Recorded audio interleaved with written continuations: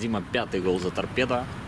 Команда сёння зладзіла паўнавартасны рэванш у матче со Слонимом. Як ты оцениваешь гульню команды? Ну, что касается голов, конечно, забивать приятно.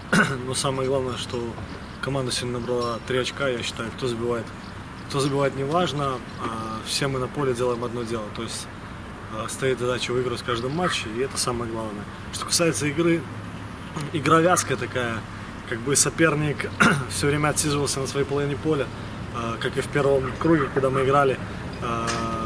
Мы атаковали, нанесли много ударов, но как бы, может, потому что играли еще первый матч, немножко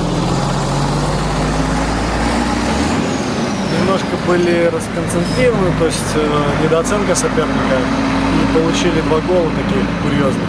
Но сегодня уже понимаем, что сыграли целый круг, и что каждая команда будет играть против Торпедо как с командой, которых нужно отбирать очки любой ценой.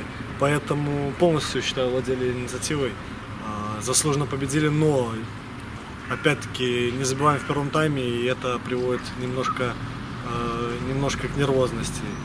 Хорошо, что забили в самом начале второго тайма и потом довели матч до уверенной, я считаю, до уверенной победы. Мы заслужили сегодня победу, вся команда. Не могу тебе не спытаць об зменах, які адбыліся ў складзе. Як ты оцениваешь, сёння Торпедо узмацнілася? Я считаю, как говорится, конкуренция всегда должна быть. Но я считаю, ребята пришли, да, усилили команду, но и ребята, которые у нас были с начала сезона, все примерно одного уровня. То есть кто-то сегодня на эту игру был лучше готов, поэтому играл.